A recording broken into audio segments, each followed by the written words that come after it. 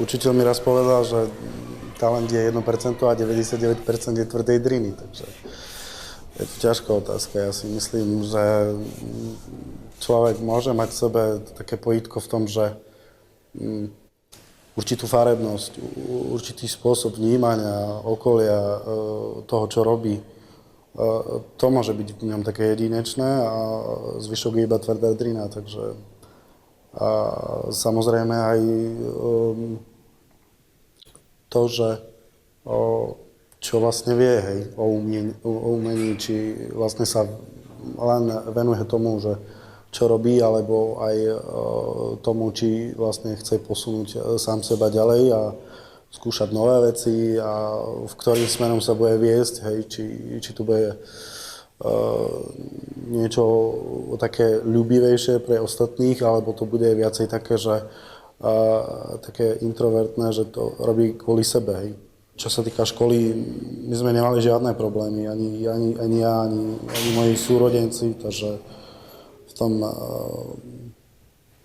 dokonca sme sa nerozprávali o tom s rodičmi, že čím by sme chceli byť, lebo my sme to už mali trošku jasné, hej, že ja sa chcem pohybovať trošku vo výtvarnej sfére a brat chcel pracovať s drevom, takže tam to bolo jasné. No v podstate, keď som bol piatákom a sme mali hodiny výtvarnej, tak som pochopil, že vlastne tomu sa chcem venovať naďalej. A to strašne bavilo a ja som to už ďalej neriešil, ako nehľadal som nejaký kompromis medzi tým, že buď budem výtvarníkom, alebo budem nejaký automechanik, lebo ja som to neriešil, proste vedel som, že chcem robiť niečo také, čo by ma bavilo a najviac ma bavila výtvarná výchova a veci k tomu, treba chcel som študovať za scenického maliara, to sa mi nepodarilo, tak som musel urobiť trošku menší kompromis.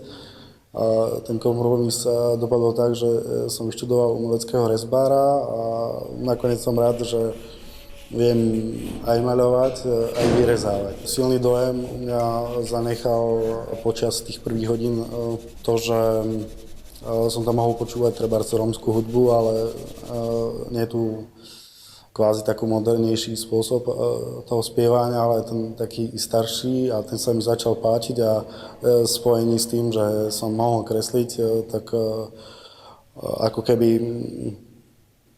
som bol trošku v inom svete.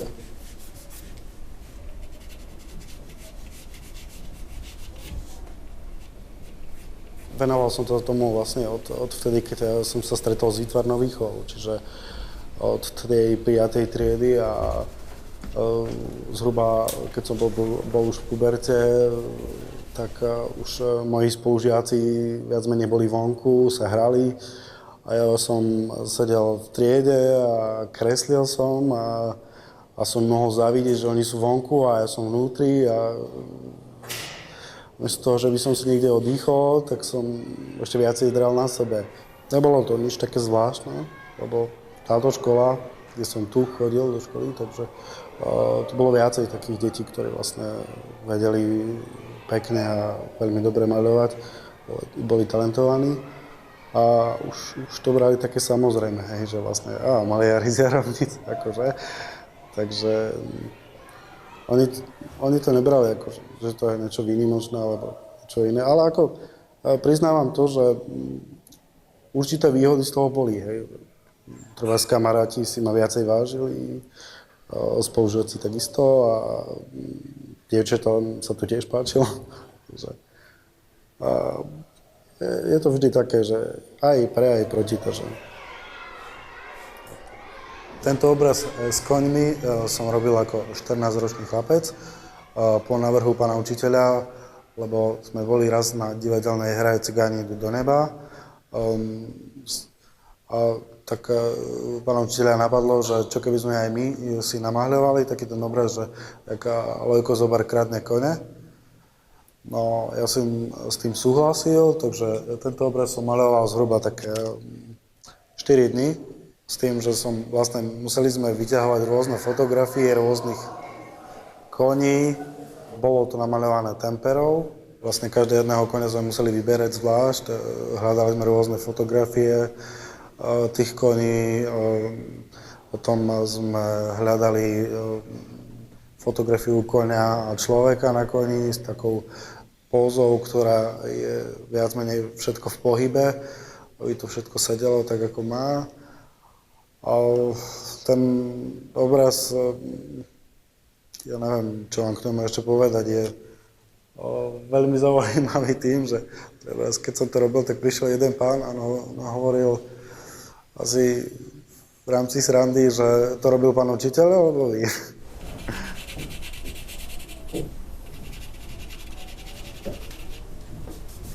V rómskych rodinách sa veľmi nehovorí o tom, že skadiaľ sme prišli, kto vlastne sme a ani viac menej o našich zvykoch rómskych. Lebo už sa to stráca a viac menej všetky tieto veci sa dozvedáme tu vlastne v škole a u mňa to bolo také, že vlastne ja som v podstate pán učiteľ prišiel, keď som bol piaták, na hodinu výtvarnej výchovy a povedal zrazu, že viete o tom, že vy ste prišli z Indie, hej, a že vlastne Rómovia kočovali po celom svete a rôzne iné veci ohľadne toho a to som bol v takom nemom úžase, lebo nikdy som o tom ani nepočul, že by sme pochádzali z dakaďal inakaďal, ja som si myslel, že sme stále vlastne stamaďal, kde sme, hej, čiže. No a preto hovorím, že aj tá práca moja sa viac menej týka rómskych vecí, čiže rómskej tematiky a tá druhá časť, môžete.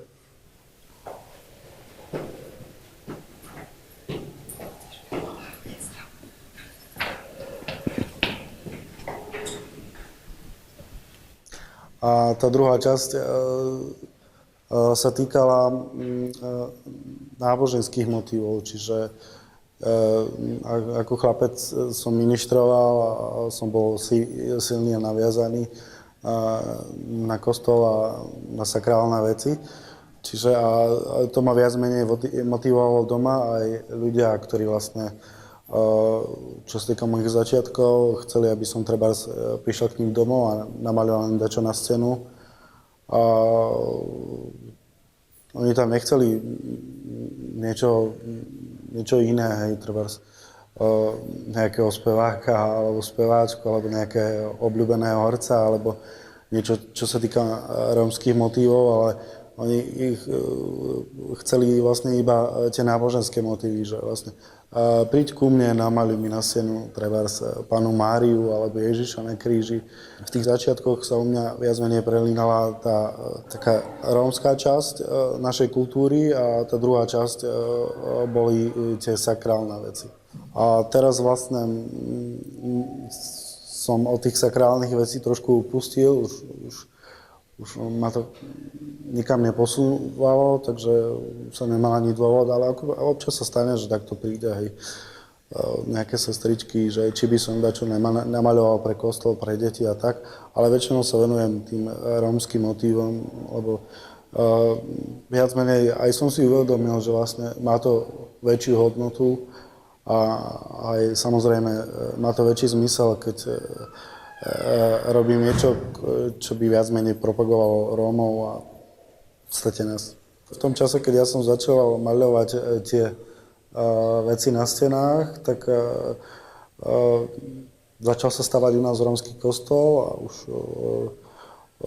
taký ten prvotný dojem, že všetkého, že každý chce dačo také, hej, lebo bol to taký boom, čo sa týka kresťanstva u nás v Jarovniciach a už to trošku ochladlo, takže aj tie veci, ten taký dopyt potom, aby to mali na stenách, tak tiež už sa pomalička strácal. Raz som si povedal, že chcem niečo darovať pre kostol a tak som tam namaľoval Krista na kríži na jedno také plátno, ktoré som robil a robil som to celý mesiac, takže a teraz sa tá maľba používa v rámci rôznych procesí, viac menej, keď sú nejaké tie sviatky, kde sa chodí vlastne z dediny do dediny a sa stretávajú ľudia a putujú ďalej. A potom je tam taký dreveného Krista som tam robil. A to bol taký menší experiment pre mňa, že čím najjednoduchšiu formu do toho použiť a potom zmeniť nejakú tú štruktúru dreva. Čiže ja som to vyrezal a potom som to napichával klinčekom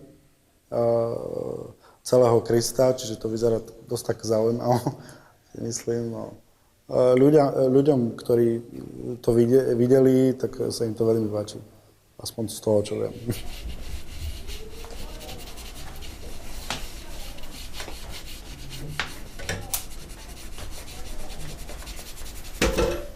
U mňa je to trošku komplikovanejšie v tom, že ja trebárs namaľujem dačo a si poviem, že je to dobré, páči sa mi to.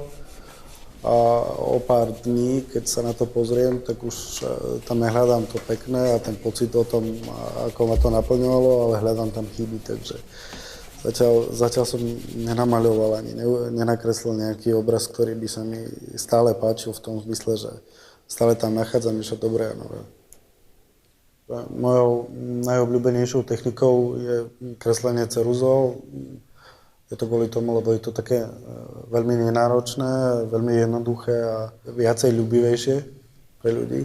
Najčastejšie kreslím portréty dievčat, rómskych dievčat, ktorí majú taký zaujímavý výraz na tvári alebo v očiach.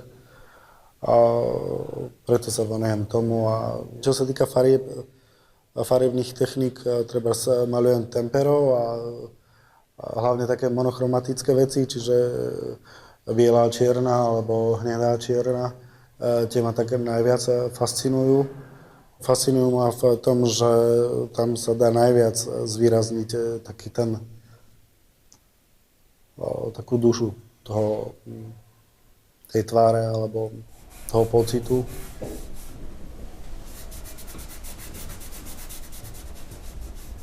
Paradoxom je to, že naša si nespomínam, aké prvé ocenenie také hmotnejšie v rámci nejakého diplomu alebo medaily. Si nespomínam, len si spomínam na to, že raz tu pôsobil jeden kňaz v rámci toho, že vlastne viac menej po tej povodni on tu prišiel a začal dávať ľuďom kvázi nádej alebo pozbudzovať ich k tomu. Tak raz ma poprosil, že zožem nejakých chlapcov, nech dačo nakreslia a potom vyberieme a urobím z toho ako keby súťaž. Že vlastne ľudia vyberú, že ktorý obrázok sa im najviac páči. No a ja som si zobral svojich kamarátov, ktorí tiež kreslili. No som ich poprosil, že ak by chceli, tak niečo nech nakreslia. No tak keď sme to nakreslili, tak ako spomínal, tak sa to viac menej ukázalo ľuďom, že a ľudia vlastne vyberali, že komu sa to najviac páčilo. No a oni si vybrali môj obrázok, no a za to sa mi viac menej, teda ako ten kňaz to ocenil tým, že mi dal nejaké tie peniaze za tú kvázi prvú cenu. Ale tak ako mne neišlo o tie peniaze, skôr išlo o ten pocit, že vlastne to, čo robím, tak tým ľuďom sa to páči a nepáči sa im to kvôli tomu, lebo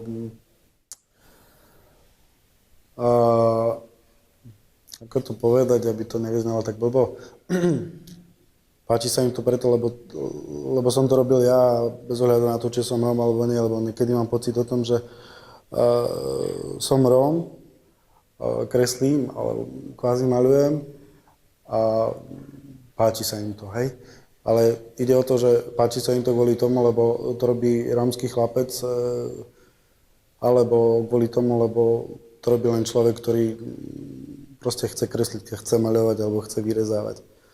Hej. A často sa stretávam s tým, že, lebo ako viem, že sú o mnoho lepší ako ja a teda o mnoho na úplne inej úrovni odo mňa. A neviem, či ich to zaujíma preto, lebo to robí fakt len kvôli tomu, lebo som Róm, alebo páči sa im to fakt len kvôli tomu, že proste ich to nejak oslovilo, alebo nejak prinútilo ich rozmýšľať o tom, že čo som to vlastne urobil alebo nepreslil.